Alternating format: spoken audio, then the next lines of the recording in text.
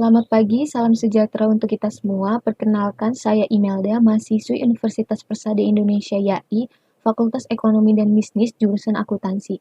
Pada kesempatan kali ini, saya akan mempresentasikan hasil skripsi saya yang berjudul Pengaruh Biaya Produksi, Aktiva Tetap, dan Hutang Jangka Panjang terhadap Laba Bersih pada Perusahaan Manufaktur Sektor Aneka Industri yang terdaftar di Bursa Efek Indonesia periode 2015 hingga 2019. Latar belakang dalam penelitian ini yang pertama, setiap tahunnya pertumbuhan ekonomi terus mengalami peningkatan, dilihat dari semakin banyaknya perusahaan yang mendaftar di Bursa Efek Indonesia. Seperti yang terjadi pada tahun 2017, sebanyak 37 perusahaan baru bergabung dengan BEI. Angka ini terus bertambah dibuktikan pada tahun 2018, sebanyak 57 perusahaan baru bergabung dengan Bursa Efek Indonesia. Perkembangan ini yang menggiring persaingan usaha yang kompetitif. Yang kedua, setiap perusahaan yang berdiri mempunyai satu tujuan yang sama, yaitu memperoleh laba. Laba yang diperoleh perusahaan digunakan sebagai salah satu alat ukur untuk melihat kinerja perusahaan. Terutama perusahaan yang sudah go public, keuntungan merupakan hal yang menjadi prioritas mengingat adanya kewajiban untuk membayar dividen kepada para pemegang saham. Yang ketiga, namun dengan perkembangan ekonomi yang cukup pesat dan perubahan nilai dolar yang tidak stabil, perusahaan mengalami masalah dalam mengendalikan laba bersih agar tetap stabil setiap tahunnya. Seperti yang terjadi pada tahun 2016, terdapat 8 perusahaan sektor aneka industri yang mengalami kerugian. Angka ini bertambah menjadi 12 perusahaan yang mengalami kerugian pada tahun 2017. Selain perusahaan yang mengalami kerugian, terdapat beberapa perusahaan yang mengalami fluktuasi laba yang cukup besar, seperti PT Astra International yang pada tahun 2015 mengalami penurunan laba bersih sebesar 41,75%. Sama halnya dengan PT Kabelindo Murni yang mengalami penurunan laba bersih pada tahun 2015 sebesar 60,64%. Fenomena ini menunjukkan bahwa laba bersih mengalami fluktuasi setiap tahunnya. Oleh sebab itu, perusahaan diharapkan dapat meningkatkan laba bersih atau mempertahankan kestabilan laba bersihnya. Yang keempat, mengingat pentingnya laba bersih bagi perusahaan, maka penting untuk mengetahui faktor-faktor yang diperkirakan mempengaruhi laba bersih, seperti biaya produksi, aktiva tetap, dan hutang jangka panjang. Berdasarkan latar belakang yang telah diuraikan, maka rumusan masalah dalam penelitian ini yang pertama, apakah biaya produksi berpengaruh terhadap laba bersih pada perusahaan manufaktur, sektor aneka industri yang terdaftar di Bursa Efek Indonesia periode 2015 sampai 2019? Yang kedua, apakah aktiva tetap berpengaruh terhadap laba bersih pada perusahaan manufaktur sektor aneka industri yang terdaftar di Bursa Efek Indonesia periode 2015 sampai 2019? Yang ketiga, apakah hutang jangka panjang berpengaruh terhadap laba bersih pada perusahaan manufaktur sektor aneka industri yang terdaftar di Bursa Efek Indonesia periode 2015 sampai 2019? Yang keempat, apakah terdapat pengaruh biaya produksi, aktiva tetap, dan hutang jangka panjang secara bersama-sama terhadap laba bersih pada perusahaan manufaktur sektor aneka industri yang terdaftar di Bursa Efek Indonesia periode 2015 hingga 2019? Grand teori yang digunakan dalam penelitian ini yaitu signaling theory. Signaling theory merupakan suatu tindakan yang diambil oleh manajemen suatu perusahaan untuk memberikan petunjuk kepada para investor tentang bagaimana manajemen menilai keadaan suatu perusahaan. Selanjutnya, kerangka pemikiran dan hipotesis. Berdasarkan gambar kerangka pemikiran berikut, maka dapat dikembangkan hipotesis yang pertama, biaya produksi berpengaruh terhadap laba bersih. Hipotesis kedua, aktiva tetap berpengaruh terhadap laba bersih. Hipotesis ketiga, hutang jangka panjang berpengaruh terhadap laba bersih.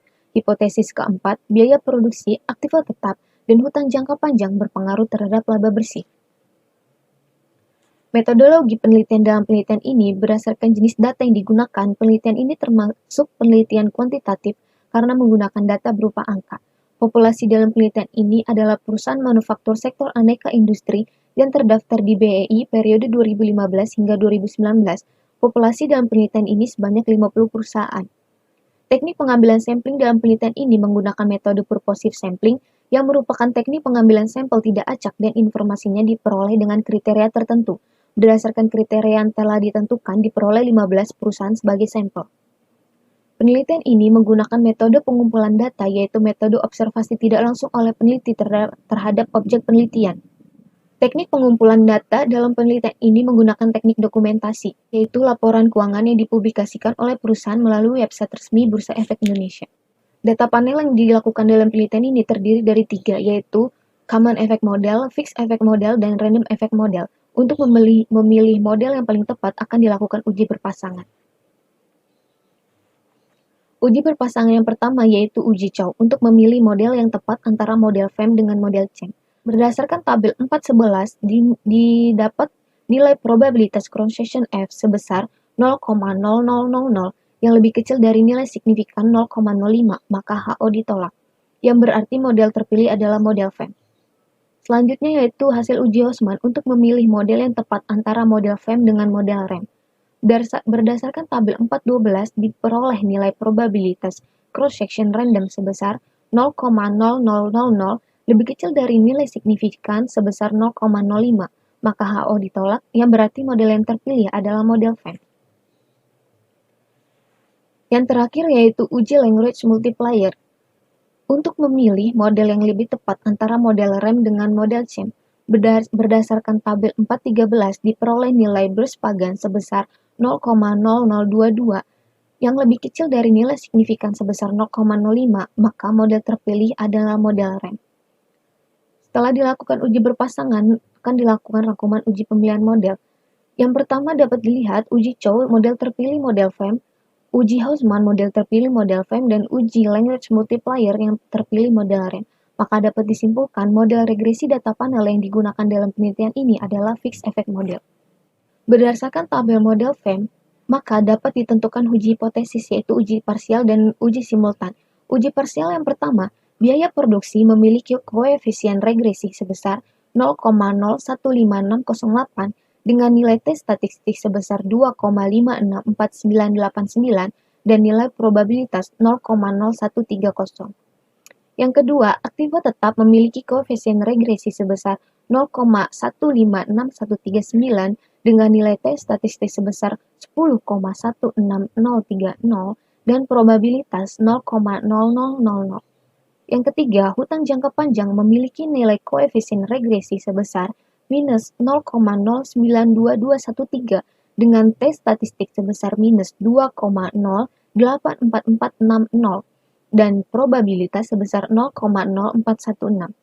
Selanjutnya uji simultan dapat dilihat bahwa nilai F statistik sebesar 378,6055 dan probabilitas F statistik sebesar 0,000000 yang berarti bahwa biaya produksi, aktiva tetap, dan hutang jangka panjang secara bersama-sama mempengaruhi laba bersih secara signifikan dengan koefisien determinasi menunjukkan angka sebesar 98,86% yang berarti variabel independen memiliki kontribusi sebesar 98,86% dalam menjelaskan variabel dependen, sedangkan sisanya sebesar 1,14% dipengaruhi oleh variabel lainnya.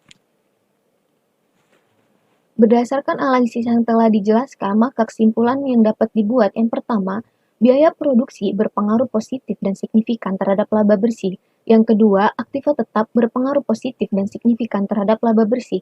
Yang ketiga, hutang jangka panjang berpengaruh negatif dan signifikan terhadap laba bersih. Yang keempat, biaya produksi, aktiva tetap, dan hutang jangka panjang berpengaruh secara bersama-sama terhadap laba bersih.